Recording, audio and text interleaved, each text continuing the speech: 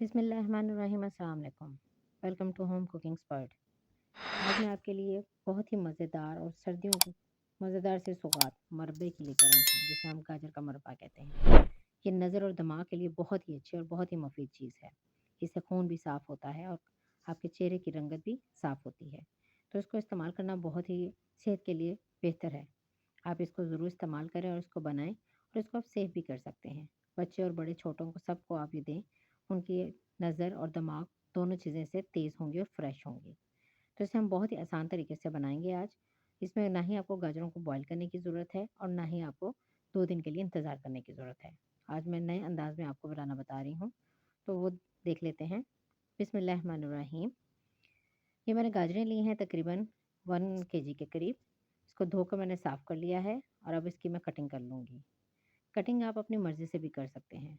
इसको मैंने अच्छे तरीके से छील लिया था और इस साइज़ के मैंने पीसेस कर लिए हैं, ये देख सकते हैं आप।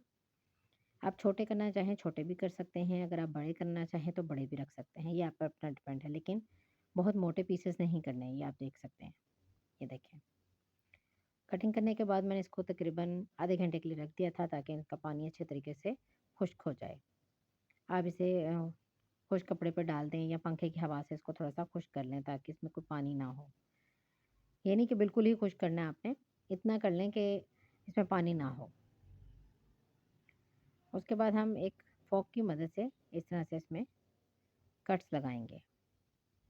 इनको मैंने बॉयल नहीं किया, बिल्कुल ये आम जैसे हम गाजर जो यूज़ करते हैं, ये वही गाजर है, ठीक है? इसको मैंने फ़ोर्क की मदद से इस तरह इसमें कट्स लगा रही हूँ, ये देखें, ऐसे। अच्छे तरीके से आगे-पीछे से अच्छे तरीके से इसको हम कट्स इसमें लगा देंगे, ताकि इसमें जो हम चीनी का शीरा जो डालेंगे, रस बनाएँगे, वो इसमें अच्छे तरीके से जज़्ब हो जाए। ये सभी गाजरों को मैं इसी तरह फ़ोर्क की मदद से रेडी कर लूँगी। सभी गाजरों में मैं इस तरह कर लूँगी।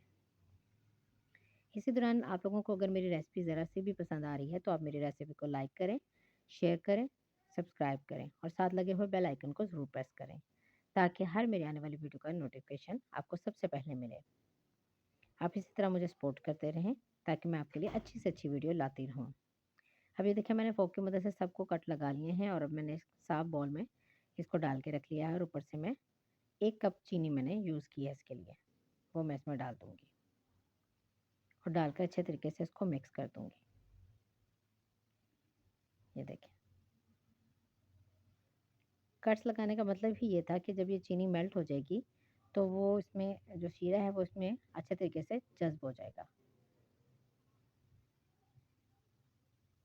ये आप देखें। अब इसको मैं कवर करके तकरीबन इसको मैं 5 से 6 घंटे के लिए रख दूँगी। ठीक है? अगर आप चाहें तो अगर आपके पास टाइम है, तो आप इसे ओवरनाइट भी रख सकते हैं। अब उसके बाद मैंने इसको एक साफ़ से सॉस पैन में इसको रख दिया है डालकर पकने के लिए। साथ में मैंने 2 इलायचियाँ भी इसमें डाल दी हैं ताकि अच्छी-सी खुशबू आ जाए। ये आप देख सकते हैं। ये देखें, चीनी ने सारा खुद ही अपना इतना शीरा बन गया है, ये देख सकते हैं आप कि वो चीनी जब मेल्ट हुई 4 से 5 घंटे के बाद, तो आपने देखें कि वो बिल्कुल ऐसे शीरा बन गई है, पानी बन गया बिल्कुल। अब हम इसको इतना कुक करेंगे कि वो गाजरें जो है इसमें हमने डाली हैं वो अच्छे तरीके से गल जाएँ। ठीक है? ये देखें। इसको इतने अच्छे तरीके से हमने इसको गलाना, तकरीबन इसको बिल्कुल लो फ्लेम पर हम 15 से 20 मिनट के लिए इसको पकाएँगे, ताकि इसमें हमारी जो गाजरें हैं वो अच्छे तरीके से गल जाएँ।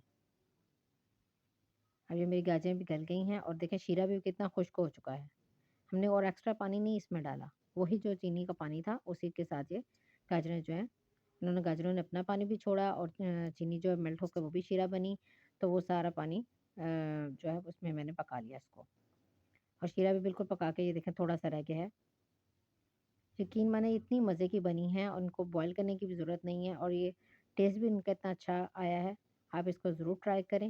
मुझे उम्मीद है कि आपको मेरी रेसिपी पसंद आई होगी। अपनी दुआओं में याद रखिएगा। नेक्स्ट वीडियो में मिलूँगी। अल्लाह हाफ़िज़।